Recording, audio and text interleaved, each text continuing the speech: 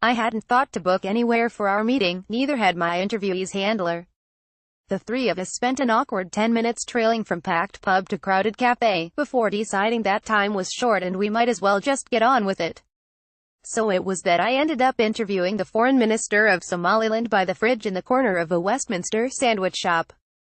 This is not the normal place to find a chief diplomat, but Dr. Saad Ali Shire seemed content enough.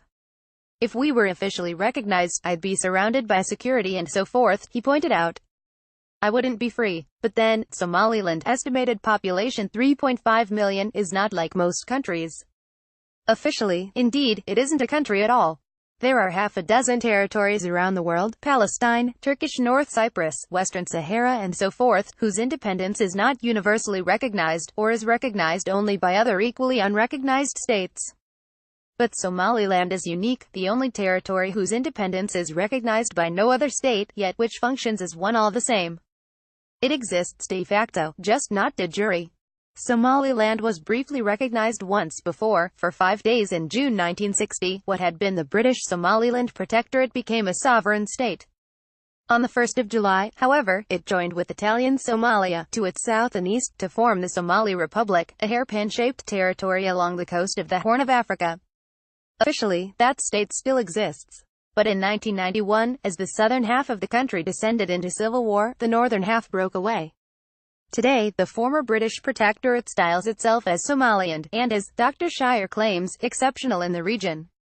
It has maintained peace and security and a democratic process that is unique in that part of world. It's so far held 3 presidential elections, each largely peaceful, and each of which has brought a new president to power. In 2003, the runner-up ultimately conceded, despite losing by just 80 votes, albeit after a quick trip to the country's Supreme Court.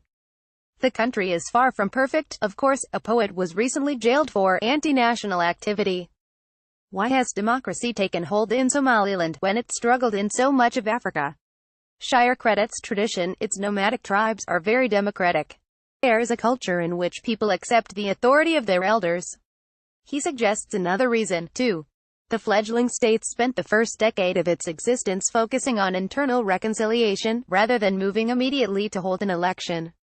Its unrecognized status meant it had to do all this without international aid, though Shire suggests this had its upside. There's no free money, he says.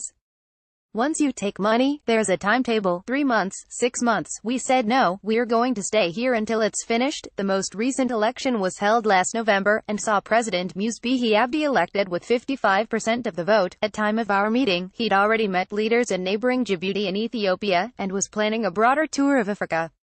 But the country's lack of official status remains a problem, his foreign minister told me. Somaliland's passports are not recognized, which makes life very difficult for our business people.